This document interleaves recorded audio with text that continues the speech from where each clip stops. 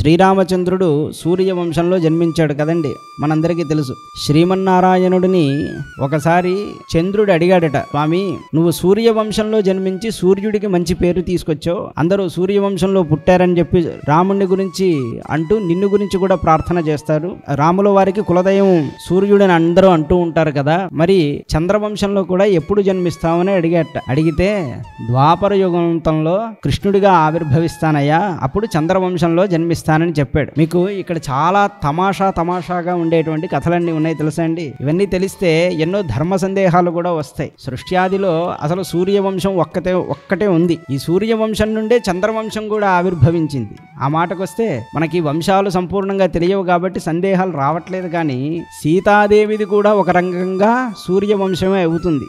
అలాంటి పరిస్థితి ఒకటి వస్తుంది. కానీ అందులో ఉన్న ధర్మ సూక్ష్మం చేత సీతాదేవి యొక్క వంశం విదేహ వంశంగా మార్పు చెందినది అని చెప్పాలి.